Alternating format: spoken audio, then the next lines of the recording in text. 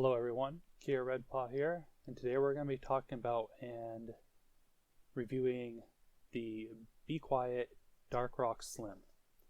This is a CPU cooler offered by Be Quiet, and it's currently their smallest heatsink that they offer. This product fits some Intel processors as well as the AMD socket 234 and the FM1 and 2 series. I currently have an AMD system, so any processor related information I will give will be directed towards them. So to start, I already have this CPU installed, and it has been about a month, and I feel that I can offer some good information in regards to the Slim. Now, this is not an installation video, but I will put a link in the description to the installation video I used from YouTube. On that note, when I was reviewing that video and the instructions, I got confused and thought that you had to take off the processor mounting backplate and install one that they were providing, which they didn't provide. I had misread the information. That's all wrong, and because of this misinterpretation of the instructions, I completely disassembled my computer, and you just don't need to do that. Now, if you have the stock heatsink installed on the Ryzen 5 series, you'll notice that you can't remove the CPU because of the heatsink. It's in the way, it's too big, and you just can't pull that lever. The problem with this is the stock thermal paste. After a while, it turns into a soft cement. So when I was trying to remove the heatsink, I also pulled the CPU out of the socket.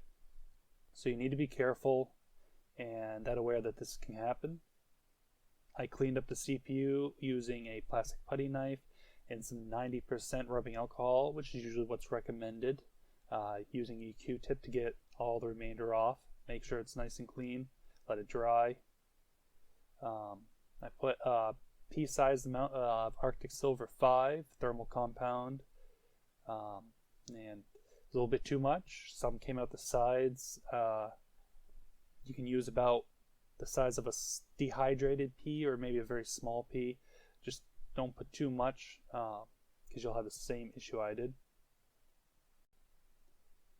One of the things I really like about the Dark Rock Slim is that you can unlatch the CPU lever and pull the heatsink and CPU off all at once if you so choose. And it sits high enough where it doesn't interfere with my RAM, which is the case for a lot of people buying the Slim. Not so much with some other CPU coolers, including some of the ones offered by Be Quiet. The neat thing about the Quiet is that if you go on their website, they have this section where you can search for the motherboard and see if the cooler is compatible with your computer setup. Though this is only a guide, so make sure to get the height dimensions given and check that along with your RAM 6 to make sure that they're all going to be compatible. Now, as you can see, I have the Slim installed on a micro ATX board inside of a mid-sized tower, and there's not much room left. One thing to note is that this CPU heatsink is quite tall and may not fit into all mid-sized cases. My case has a bump out panel, as you might call it, that allows the CPU to just barely fit, maybe with like a quarter to a half an inch, maybe, of space. So please take the measurements before purchasing a new cooler, which brings me to the next point of topic, price, which was a big factor for me in purchasing this product. I wanted maximum cooling that I could get with quality for a decent price.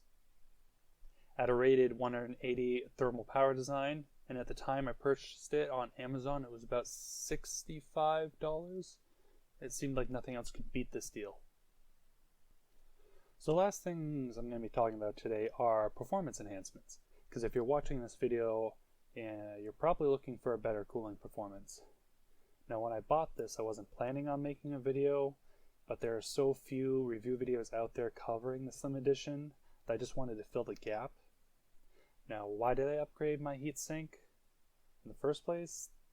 I recently gotten into some gaming and Twitch streaming and a few other things, and I have this program called Open Hardware Monitor. It's completely free. I'll put a link down in the description.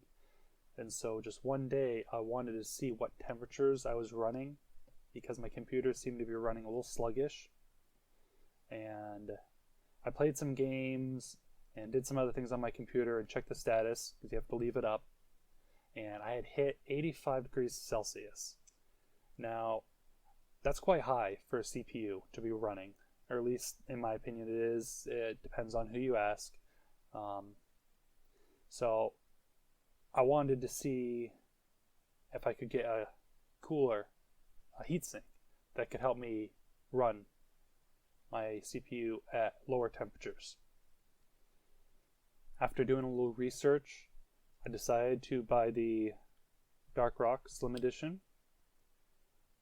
And after letting the thermal compound cure, I have not seen a day where the CPU core temperature gets above 50 degrees Celsius, or very rarely, maybe 51.